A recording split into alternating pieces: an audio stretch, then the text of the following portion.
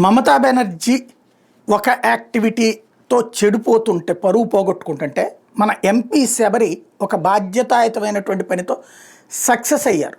ఏదైతే ఇక్కడ ఉన్నటువంటి ప్రాంతంలో, అంటే తన ప్రాంతంలో తాజాగా జరుగుతున్నటువంటి బియ్యం అక్రమ రవాణా మీదన ఆవిడ తీసుకున్నటువంటి చర్యలు అన్నటువంటిది కీలకమైనవి. అన్ఎక్స్పెక్టెడ్గా కాదు, అసలు ఎవ్వరికీ తెలియకుండా ఇట్లా ఉంటాయి అన్నటువంటి విషయాన్ని ఆమె కనిపెట్టారు.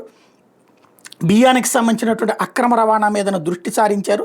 ఈ తెల్లవారుజామున ఒక్కసారిగా రైడ్ చేయడంతో బియ్యం దొరికినాయి. అది వైఎస్ఆర్ కాంగ్రెస్ పార్టీకి సంబంధించినటువంటి నాయకుల ఇళ్ల దగ్గర బియ్యం దొరకడం అన్నటువంటిది నిన్నటి నుంచి జరుగుతున్నటువంటి ఇష్యూ. పెద్ద ఎత్తున వాటిని పట్టుకుంటున్నటువంటి పరిస్థితి ఉంది. తద్వారా తన నియోజకవర్గంలో ఉన్నటువంటి వైఎస్ఆర్ కాంగ్రెస్ పార్టీ వాళ్ళకి కంటి మీద కునుకు లేకుండా చేస్తున్నారు. రాబోయేటటువంటి రోజుల్లో ఈ వ్యవహారాలకు సంబంధించి మరింత ఇష్యూస్ బయటకు తీస్తామన్నటువంటి పాయింట్ కూడా చెప్పుకొస్తున్నారు.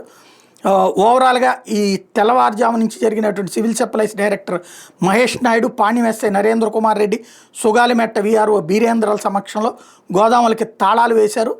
అసలు ఉమ్మడి ప్రభుత్వం వచ్చి ఏడాది అవుతున్న వైసీపీ నేతల అక్రమ రేషన్ బియ్యం దందా ఏంటని ప్రశ్నించారు. ఎక్కడయ్యాయి అంటే పాణ్యం మండలం కాటసాని రాంభూపాల్ రెడ్డి గోరుకల్లు తండాలో అక్రమంగా నిల్వ ఉంచారంట 500 రేషన్ బియ్యం బస్తారు.